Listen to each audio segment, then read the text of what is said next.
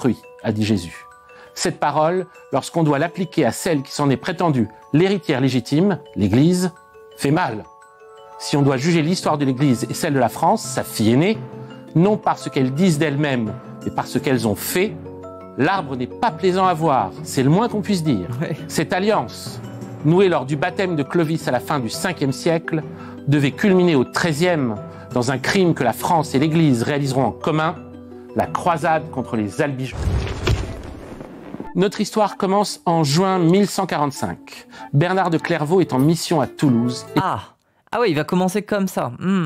Dans l'Albigeois. Il est accompagné d'Albéric, un légat du pape Eugène III. Accompagné, ou plutôt précédé. Le légat arrive un peu avant Bernard. Il donne une messe dans la cathédrale d'Albi, mais personne ne vient. À peine 30 personnes. Bernard le rejoint 2 jours plus tard. Il reçoit un meilleur accueil. C'est normal, c'est une star, c'est Saint Bernard. On s'étouffait pour toucher le saint, on s'arrachait un fil de sa robe, écrit à son sujet Jules Michelet dans son Histoire de France.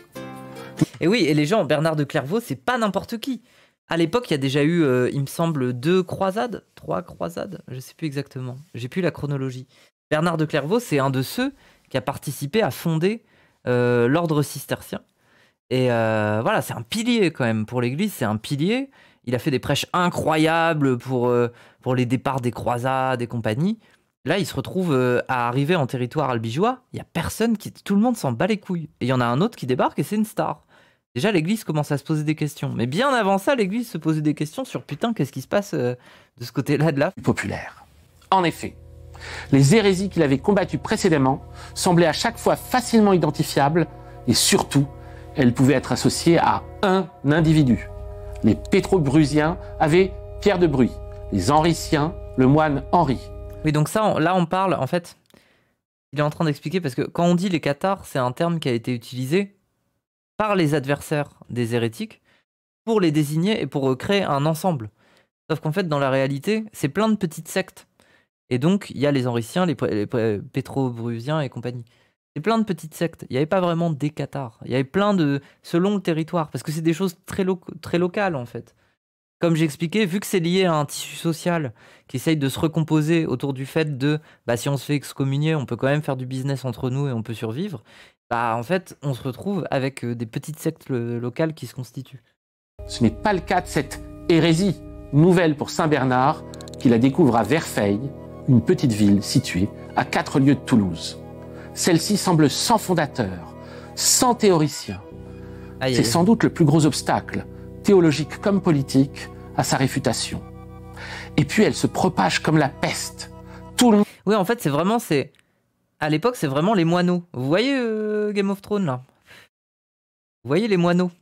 En fait, le contraste qu'on a, il est le même dans Game of Thrones avec les espèces de religieux là, qui sont à la cour du roi et Jean-Michel Moineau dans sa toge qui débarque et qui va finir par réussir à faire circuler en place publique toute nue Cersei.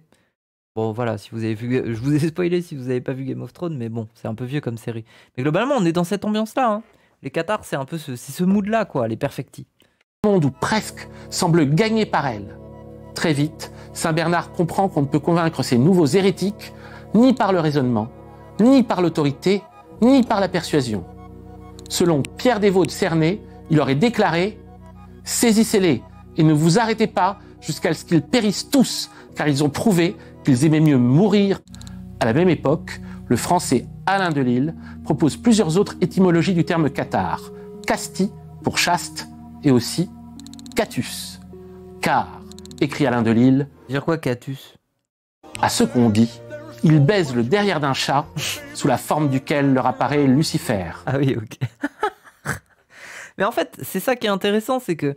Mais c'est pour ça que moi, quand je parle de sorcellerie et d'inquisition, je dis, faites attention, relativisez aussi le discours un peu féministe à l'eau de rose, qui veut juste partir du principe que, oh là là, les femmes étaient vraiment l'ennemi des hommes. La violence des hommes, encore. C'est vraiment ça aussi, des fois, quand je vois des meufs féministes vouloir parler de l'histoire des sorcières. Il y a un peu ce truc-là, parce que, désolé, mais les hérésies, elles ont commencé avec les cathares. Elles ont commencé avec les hérétiques. L'Inquisition, c'était les hérétiques, avant tout. Et c'était plutôt des hommes, hein. Après, ça a été toutes les histoires de sorciers. Et après, il y a eu le marteau des sorcières. Et ça a été beaucoup plus précis sur la répression des femmes. Mais en fait, c'est aussi tout simplement parce que si on a mis le doigt sur les femmes, c'est parce que une des différences aussi que j'ai pas dit vis-à-vis des cathares et que j'ai pas dit vis-à-vis des hérétiques, c'est que là où l'Église disait formellement que les femmes ne devaient pas être considérées comme des membres de la communauté religieuse au sens où elles sont toujours considérées comme des laïcs et elles ne peuvent jamais prendre des responsabilités dans des... Voilà, c'est... Le 22 juillet 1209, c'est le siège de Béziers. On met le feu à la ville qui va flamber pendant 2 jours.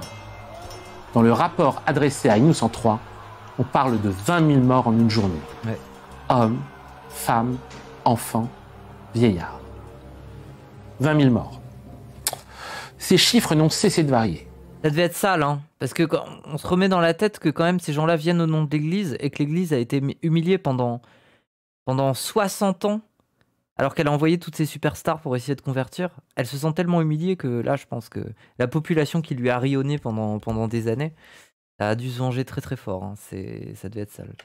On les fait parfois monter jusqu'à 100 000, parfois descendre jusqu'à 7 000.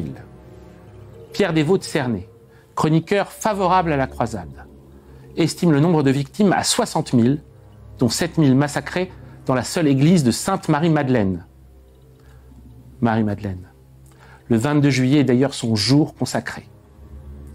La ville fut prise le jour de la fête de Sainte-Marie-Madeleine, jubile Pierre Desvaux de Cernay. Oh, très juste mesure de la volonté divine. C'est cette même Madeleine qui, suivant les hérétiques, aurait été la concubine. Combien de victimes ont fait réunir la croisade et l'Inquisition? Certains avancent le chiffre d'1, voire de 2 millions de morts. D'autres affirment que ces chiffres sont très exagérés. La Peut-être un peu exagéré. réalité, nous ne la savons pas. Ouais.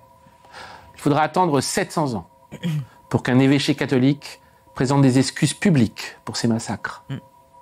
Le 16 octobre 2016, Eh oui, l'évêque de Pamiers, au nom des catholiques de l'Ariège, c'est récent. demandera pardon pour le bûcher de Montségur. Très bien. Mais tout ça ne répond pas vraiment à 2 questions très importantes.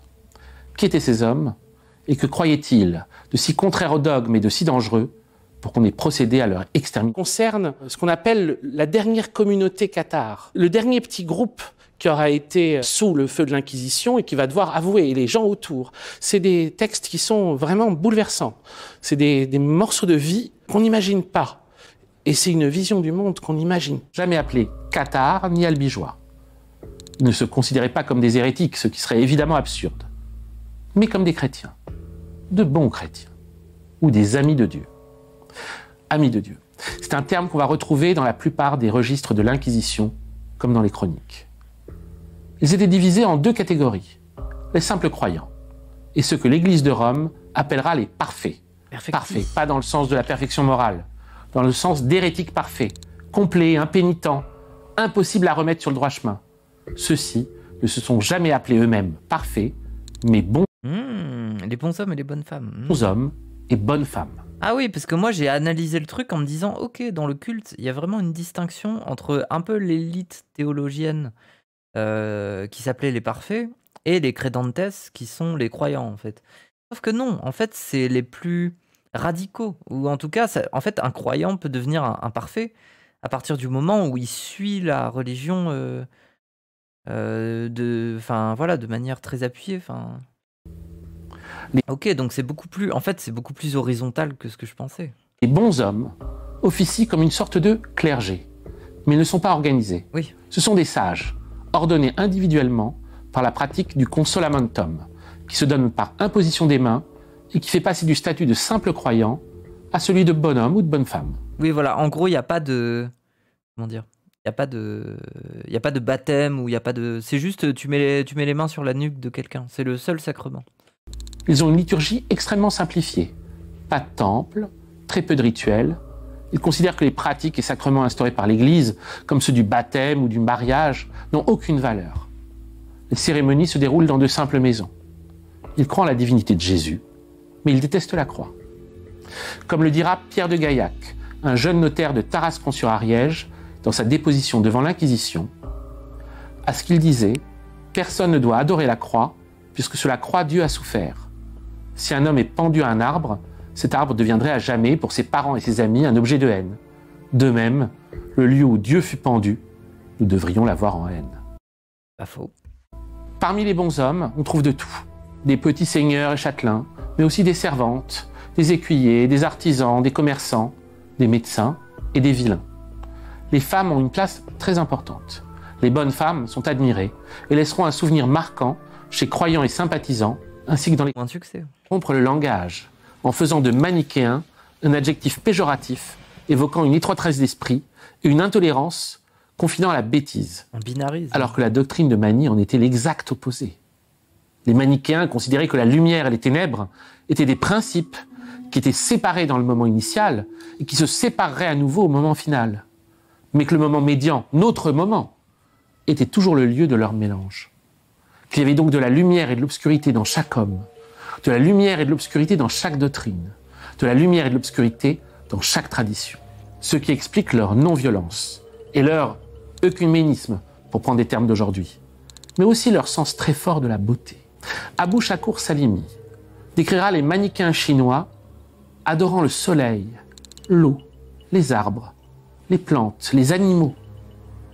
Parce que dans tout être beau, je cite, la divinité de lumière a pris demeure. Et c'est pourquoi Henri Corbin renommera le manichéisme la religion de la beauté.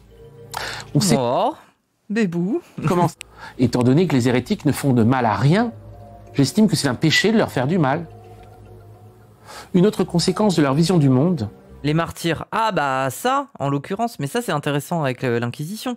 Déjà, on rappelle que les chrétiens ont eu beaucoup de succès avec la figure des martyrs, et précisément l'Inquisition, si elle se faisait derrière des murs très épais et qu'on évitait de faire des exécutions publiques d'hérétiques, c'est précisément parce qu'on avait quand même remarqué au bout d'un moment, et précisément parce que le savoir chrétien politique avait conscience de l'influence que ça pouvait avoir, que tuer des gens en place publique qui étaient hérétiques, généralement ça créait plus de fidèles que ça en supprimait. Parce que les gens sont marqués par le fait que quelqu'un qu'ils ont connu, qu'ils ont vu circuler dans le même village, se fasse tuer en tant qu'hérétique. Je veux dire, on a cette impression que ça va créer un mouvement en mode « Ah là là, il a bien raison de se faire tuer », mais en fait, dans le fond des consciences des gens, les gens sont en mode « Ah bah, il est mort pour ses idées », et c'est beau. Est une authentique tolérance sexuelle, et qui semblera à la postérité d'autant plus incompréhensible que les bons hommes étaient eux-mêmes ascétiques, et qu'ils méprisaient l'acte de chair. Ah oui. D'un côté, ils ont été accusés d'hypocrisie, comme chez Pierre Desvaux de Cernay. De l'autre, on a pu entendre de façon répétée que si les hommes de cette région n'avaient pas été exterminés, c'est l'humanité elle-même qui aurait disparu sur leur injonction de ne pas se reproduire.